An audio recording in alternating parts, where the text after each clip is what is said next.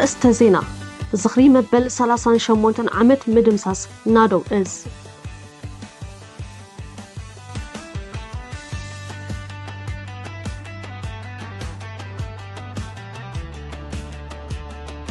قطري أبوان حرسي زموتا عاديتاتنا أزي وسخ كم زلو تفليتهم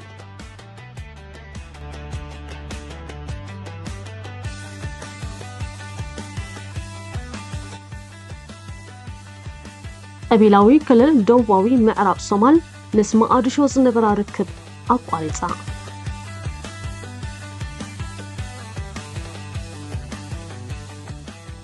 لباوي سلامتنا يبصحكم كبرات تعزبتي ازي تلفجن هاجر حماسينيو زيناتات ازعلت زقرب لكم دانايت ميكيلي كتكيتاتلو عدميو نبزرس زينا كسجر زغري مبل 38 عمت مدمساس نادو از ኣብ ታሪክ ህዝባዊ ግንባር ሻዕብያ ንልዕላውነትና ካብ ዘካየድናዮም ቃልሲ ካብቶም ዓበይቲ ነጥበ መቐይሮ ቃልስና ዝኾኑ ደምሰስቲ ውግኣት ሓደ እዚ ሎሚ ነኽብሮ ዘለና መበል 38 ዓመት ምድምሳስ ደርግ ዝንየተሉ ዝነበረ ሓይሊ ናደው እዚ እዩ እዚ ሎሚ ተኣኪድናሉ ዘለና ግንባር ናደው እዚ ቀብርናቱ ስለዝኾነ ኣብዚ ቀብርናቱ ከዓ ኩላትና ኣብትናቱ ሓመድለ ንምክፋል ይተኣኪድና ዘለና ማለት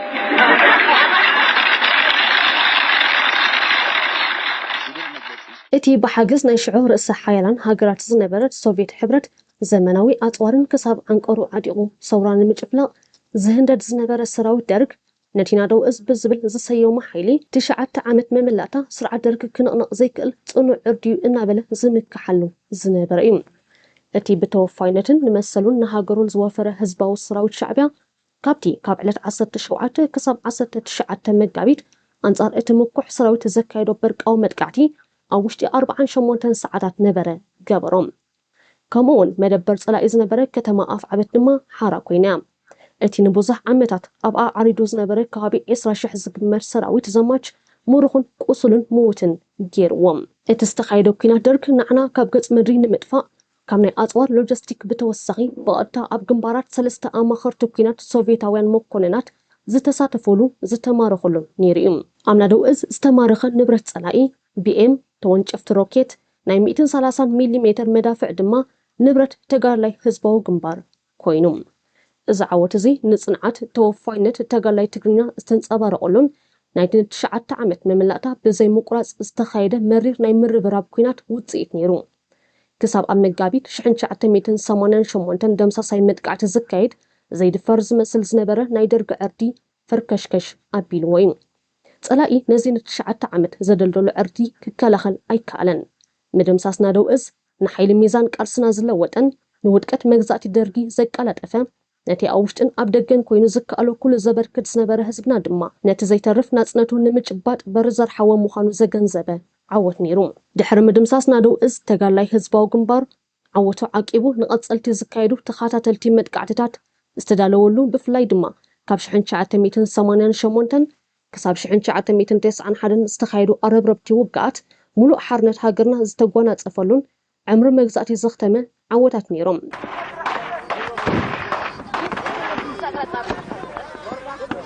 ወትሩ ዓወት ህዝባዊ ግንባር ሻዕብያ ከነልዕል ነዚ ዓወት እዚ መን ነይርዎ መን ዕዊትዎ ዝብል ሕቶ ክንመለስ ግድን እዩ ኣብ ቃልስና ስድራቤት ትግርኛን እትን ወሳኒ ተራ ተጻዊተንኦም ንቃልስና ክሳብ መወዳእታ ምዕራፉ ኣብ ሕቆአን ዝተሰከማ ዓድታት ትግርኛ ጥራይ ነይረን መንእስያት ትግርኛ ህዝቢ ትግርኛ ዝሃነጾ ስርዓት ክብራት ዓሚቕ ሃገራውነትን ጸላኢ ንምስዓር ካብ ዘኽኣለና ቀንዲ ምስጢር ዓወትና ነይሩ ተጋደልቲ ኣብ ዝረገጽዎ እናኣተዋ ኣጆኻ ዝብላ ኣዲታት ትግርኛ ልኡኽ ህዝባዊ ግንባር ካብ ናብን ኣብ ዝመላለሰሉ ዝነበረ ቦታታት ኣብ ውሽጢ ከተማን ኣብ ወፃእ ዓድን ዝነበረ ካብ ምውፃእ ገንዘብ ጀሚርካ ኣዴታት ስልማትን ከይተረፈ ነቲ ጽኑዕ ተጋድላይ ከወፍያ ኮታ ተጋድላይ ብጀካ ህዝቡ ወላ ሓደ ጎኒ ኣይነበሮን ህዝቡ ኣሚኑ እዩ ተጋዲሉን ተዓዊቱን እዚ ውፅኢት ናይ ናዶ ኩሉ ግዜ ክልተ ነገራት ኢኻ ትዛረብ ማለት እዩ ኣብ ሓደ ውፅኢት ተሓደ እቲ ሰብኣዊ ብቕዓት እዩ ተሓደ ከምዚ ክትብሎ ፀናሕካ ብዝሒ ናይ ኣፅዋር እዩ ምስጢር ዓወት ህዝባዊ ግንባር እቲ ቀዳማይ ምስጢሩ ሃገራውነት ሃገራዊ መንነት ትግርኛ ዝወነነ ብሉፅ ብቕዓትን ተወፋይነትን ዲስፕሊን ዝተሃነፀ ህዝባዊ ሰራዊት ብምንባር እዩ ሓንቲ ኣሃዱ ህዝባዊ ግንባር ተምሳል ሓንቲ ስድራቤት ትግርኛ ከምቲ ኣቦና ኣደን ትግርኛ ደቆም ተኸናኺኖም ኣዕንጊሎም ببهلن سرعة كبرتاتن هانيصم ببهلن ديسبلين كوسكيسوم زبقعخا أهادتات هزباو جنبار دما أما فراي بوع مريحنتن تكالن وساني قدا نيروام نمعوات قالسي قداماي تكال مفتار نيروم أبدا زنبره هزبي أبدا حر مسمرن أب كلمة جنبارن زنبره سراويت هزباو جنبار كمون كفل هزبي وديبكا ببهلي مخصقاسيو اتبهلي حدا تكال مفتار نيروم أبدا زنبره هزبي أبدا حر مسمرن أب كلمة جنبار زنبره سراويت هزباو جنبار كمون أب كفل هزبي زنبره بموداب ببهلي بمخصقاس اتبهلي انتا نيرو انتلنا دما امنت توفاينت صنعت نيروم كال مستير دما اينبرون كلتا مفراي بقع مريحنت از مريحنت زي زهانو صدما بقع تكال نيروم سلسته حفاش حزبي اوشتن دغن ابدجن اب كل زنبرو ودابه مودابن منقحن حفاش حزبي اب قالسنا زلو ابركتو تردو حزبو جنبار حفاش نقح يودب يتعدى زبل ጭርሖ ተሐንጊጡ اب ከተማን ገጠርን ዓድታት ትግርኛ بواهيون ጉጅለታትን بموداب ህዝባው ምልሻ በመዕጣቅ ካብ ህዝቢ ወፂኡ እናተጋደለ ንህዝቢ የሳተፍን የነቅሕን ይውድብን ነይሩ ሓያል ዝኾነ ዲሲፕሊን እድልየካ ሓያል ዝኾነ ብቕዓት እድልየካ ሓያል ዝኾነ መዋሃድን ዝምድናን ሓተካ ልኩሉ ከዓ ልዑል ተወፋይነትን ሞራልን ሓተካ ሕጂ እዚ ኩሉ እዚ ናዶም ዝተወድአ እንድሕር ኢኻ ህዝባዊ ግንባር نزي يجرو نزي قد أقول جزء سجيروس كله نخون ولا صنحنا سجيرو مالك سراوي نزي ده سجيرو سراوي تتمال قد منادو در أخان إذا نادو مسود دمس سراويتن عب في اللي يدلو أبناتور سمت أمانن أبناتو نايم بقار بقعتن عبي طرح يكونن بتوسخي أخرانات نقفا أمو حاسك ألسنا عبد الحرم مسمر تلاقي هانسنا يوزنا برنا بتكالات أمك كل خال كساب علتنا سنتنا تلاقي فتسوم كده فروزيك على تصنع عرضنا نيرم أزي كتزاربولو قليل زمنسل تاريخ قال سهز بتقرنيا زعوتو كان مهناتو كسام عواتو عابت رازنا برو ناي تقرنيا هاقراوي من نترايو بزي هاقراوي نتقرنيا بزي توفاينة مورالن بزي محبراو أمنت تواقيو كسعر زخل حيلي أين برن قال سنا ودا بيعويتوا لومي ناي تقرنيا هاقراونت مساقاقري دلدل تتقيمو بحقا ود حرستاي من اسي تقرنيا أبسلت أنزلو عندنتاوي إسياس نمئلاي كامتي أبجيزيك ألسز نبره بحيال توفاينتن استودبه ودابن فتيرنا لنا قطري أبوان حسي زموتا زلوا أديتات أزيو سخكام زلوا تفليتو بسنكي أرميناوي إسياس أب إرتا زموتا زلوا نفسو صر أديتاتنا قطرن أزيو يوسخالهم عندتاوي إسياس نهاجرنا آنتسيلون الدخيمون معنيو ناب إتبقى نمحواس تكالات عنا بمعناو موقع عزيا بمعزاو ناب هاجرنا مدهاني تكيااتو بمخلكالن كابن نابن قعزو بمعزاو حزبنا بفلاي دما بقلل تحمامات يودع اللوم من شات لبجن هاجر حماسين كاب إرتا كام زحبورنا مت أنا موت نفسو صراديتات كاب أوان حرسين ببسحي يموت اللوام كابتم كنديت انكتات موت نفسو صراديتاتنا آرميناوي إسياس أب إرتا موقع عزيا بمعزاو أب هوسبيتالات مدهانيت كيااتو بمخلكالن نمحرستي بمخلكالن يدقاس بمغنياتتي بغلتشعن عصتة تشعتن استخاصتة تلاوادي حمام كوفيد عصتة تشعتة مسمر موقعازيا كابن نابن زقبر من قصاص أب هاقرنا تقليلو دو كاب زبل أستات شدشت عامت أوصيرو يركب بس دما كابن نابن زقبر قعزو دو بمبهلو أب لعلي نفسو صراتن حراساتن آديتاتنا أحواتنا موت يسعب كامزالو منجتاتنا حبيرم أب كتماتات ون انتخونا ازت أجمزي يقصلالهم كاب بسنة موقعازيا بتوسخي آديتاتنا أحواتنا أب كتما أسمرا أب زركب هوسبيتالات كي ترفه بسلام كحرسا أب زي كلالو بركي يركبام بتوسخي إتوم هصانات أخل كنكن تعنا أخل مجبي كتابة تمرتن سلازي رخبو مس عبايون انتخونا اتو تساقم مسقوم ينبرالهم هاقرنا إرتابع عصابو هصانات أب علم أب كدميت كم اتسرع ريبورتات يحبرهم إزي تقوار أكال اتي أرميناوي إسياس أب لعلي هزب التقرنيا زفت سموزلو مسنات علي تكوينو هزب التقرنيا دحري عصرتتات عمتات ون كم زي تنسئن كم زي حاون جيركان مدمساسيوم أب كتما أسمرا زركب بإندا كوريا زتصوح هوسبيتال اتني حراسات كفلي برصحاتن بجأنان دامن مرأي كام زيبلو كل هزبنا بفلايكا أب زخف لزي زحراسا دك أنستو أحواتنا زمسكرو حقيقم أب كلن أب أسمرا زركبا هوسبيتالات أب زي كونتات أكوا انتهالوا ولا أب هوسبيتال إندا كوريا زسكحكح مخانو منجتاتنا يحبرم هزب تقرنيا أب بهلو نتصريت عابي بوتا زهب كوينو بفلاي حراس آزيا تتصرن بخنكن تتحزنيا أب بهلو تقرنيا حراس كتصالي تصري زقبرلا كوينا حانتا أده مس حرست أب شبعي معلتي ويدما قلب شوعت إنا تبهل الزفلت اتاده كابر صحات اتتصريلو ባህልሎም እንተኾነ እቲ ጨካንን ድሑርን ኢሳያስ ግን ኣሸንባይ ሓድሽ ክንክን ኣዲታትን ሆስፒታላትን ፅሬትን መድሃኒትን ክፈጥር ህዝቢ ትግርኛ ነቲ ዝነበሮ ዝሓሸ ናብራን ፅሬትን ብምዕናው ንድሕሪት ኣትሪፍዎ ይርከብ። እቶም ሆስፒታላት ኣዝዮም ጨነውትን መናድቖም ብደም ዝተፀየቑን ካብ ምዃኖም ዝተልዓለ ኣዲታትና ኣብኡ ክሓርሳ ይትረፍ ጥዑይ ሰብ ሓሚሙ ከም ዝወፅእ ምንጭታትና ይሕብሩ። ንመጀመርታ ግዜ እዩ ኣብ ታሪክና እተን ብፅሬትን ዝለለያ ኣዲታትና ኣብ መናድቑ ብደምን ብረሳሓትን ብዓለባ ሳሬትን ዝተመልአ ኣብኡ ወሊድካ ክትሓርስ ኣይኮነን ንደቃይቕ እውን ደው ክትብለሉ ዘይከኣል ንጥዕናን ጥዕና ዕሸለንን ሓደገኛ ዝኾነ ሆስፒታል ክሓርሳ ዝግደዳ ዘለዋ። ትካላት ጥዕና ምዕናው ኣካልቲ ኣንድነታዊ ኢሳያስ ዝገብሮ ዘሎ ወፍሪ ምጽናት ዓሌት እዩ። ነብሱ ፀራት ኣሕዋትና ብስእነት መጓዓዝያ ገለ ኣብ መንገዲ ክገላገላን ደመን ወዲአን ክሞታን እንከለዋ ኣብ ከተማታት ብርክት ዝበላ ብሰንኪ ፅሬት ዝጎደሎ ሕክምናን ሕፅረት ቀረብን ኣብ ሓደጋ ይርከባ። ብተወሳኺ ኣዲታትና ኣብ ቤተን ኣብ ዓደንን ከይሓርሳ ዝሕርሳ ኣዲታት ዝኾነ ታደ ከየሕርስኣ ክኽልክልን ክኣስርን ፀኒሕሎም። ኣብ ጥዕና ዓብዪ ዓወት ኣመዝጊብና ብሕርሲ ትመውት ኣደየላን ዝብል ኣንድነታዊ ኢሳያስ ኣብዚ እዋን ብሕርስን ስእነት ሕክምናን ዝሞታ ኣዲታት ካብ ግዜ ናብ ግዜ ቁፅረን ኣዝዩ ይዛይዳሎም። ዕላማ እዚ ኣረሜናዊ ተግባር ኣንድነታዊ ኢሳያስ ንህዝቢ ትግርኛ ኣድኪኻ ኣዳኺምካ ብሃገሩን ልዕላውነቱን ተስፋ ከም ዝቆርፅ ብምግባር ንሃገርና ናብ ኢትዮጵያ ንምሕዋስን ንህዝቢ ትግርኛ ንሓዋሩ ንምጽናትን እዩ። ህዝብና ብሰንኪ ኣብ ቤት ብልዒ ዝቐርብ ፅሬቱ ዘይተሓለወ ምግቢ ይሓመም ኣሎ። ኣብዛ ብፅሬታን ፅፈታን እትልለ ከተማና ኣስመራ ሰብ ሬስቶራንት ብሰንኪ ሕፅረት ማይ ከምኡውን ኮሚደረ ከቢሩ ዝተበላሸው ኮሚደረ ስለ ዝጥቀሙን ናብኦም መፂኦም ምግቢ ዝበልዑ ሰባት ይሓሙ ከም ዘለው ተሓቢሩ። ኣብቲ ቤት ብልዒ ፅሬት ስለ ዘየለ ምግቢ በሊዕካ ሽዑ ውፅኣት ከም ዝሕዘካን ናብ ፋርማሲታት ኬድካ ከይና ከም እትገዝእን ክፍለጥ ተኻኢልሎም። ሎሚ ዝኾነ ሰብ ደፊሩ ኣብ ቤት ብልዒ ክበልዓሉ ኣብ ዘይክእለሉ ደረጃ በፂሑ ከም ዘሎ ድማ እዩ ዝሕበር። ብመሰረት ካብ ምንጭታትና ዝረኸብናዮ ሓበሬታ ዓይንኻ እናረኣኻዮ ዝጥበስ ነገር ተዘይኮይኑ ፋታ ይኹን ካልኦት ምግብታት ብኮሚደረ ዝስርሑ ድማ ብፍላይ ክትበልዖ ዝከኣል ኣይኮነን ይብሉ። ህዝብና ካብቲ ኣውራ መለለዪ ዝኾነ ክብርታቱ ሓደ ፅሬት እዩ። ኣብ ከተማታት ሞኒግ ደፎ ኣብ ገጠር ዝነብራ ኣዲታትና ሓመድ ምድሪ ቤተን ከይተረፈ ይኽስሮን የፅሪኦን እየን። እዚ ዘይበቆ ኣንድነታዊ ኢሳያስ ግን ጽባቐ ፅሬት ዝበሃል ዘይርድኦ ወዲ ኣመንዝራ ስለ ዝኾነ ርስሓትን ድሕረትን ድኽነትን ኣተኣታትዩ ህዝብና ብሕማም ይውድኦሎም። ቀቢላዊ ክልል ደቡባዊ ሶማል ምስ መቃዲሾ ዝነበራ ርክብ ኣቋሪፃ። ቀቢላዊት ክልል ደቡባዊ ምዕራብ ሶማል ምስ ፌደራል መንግስቲ ሶማል ዝነበራ ርክብ ከም ዝተበተኸ ኣፍሊጣ። እዚ ውሳነ ንሶማል ዝበታትንን ኣብ ቀርኒ ኣፍሪቃ ዝተኸስተ እዋናዊ ተሪኦ ከም ዝኾነን ጸብጻብ ማዕኸን ዜና ሮይተርስ ሓቢሩ። መንግስቲ መቃዲሾ ንምልሻታት ምዕጣቕ ኣመሓዳሪ ክልል ዝኾነ ዓብዲ ዓዚዝ ሓሰን መሐመድ ላፍታጋረን ካብ ስልጣን ንምእላይ ክንቀሳቐስ ከም ዝጸንሐ ሰመዚ ክልል ደቡብ ምዕራብ ሶማል ይኸሱ።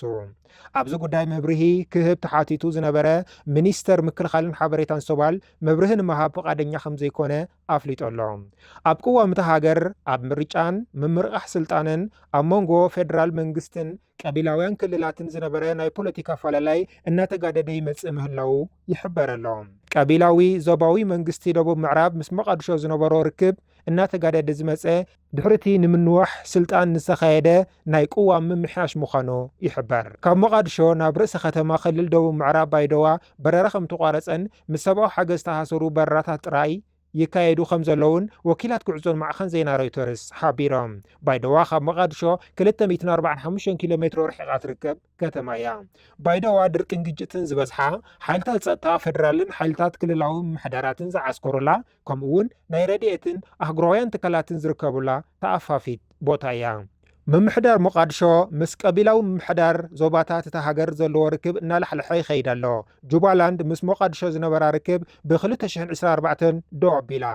ፑንትላንድ እውን ንመቃዲሾ ተፈፍልጦ ደው ከም ተብል ኣፍሊጣ ኣላ። ሶማሊላንድ ኣብ 1991 ናጽነታ ከም ዝኣወጀት ኣብ ዝሓለፈ ወርሒ ድማ ካብ እስራኤል ኣፍልጦ ከም ዝረኸበትን ይዝከር።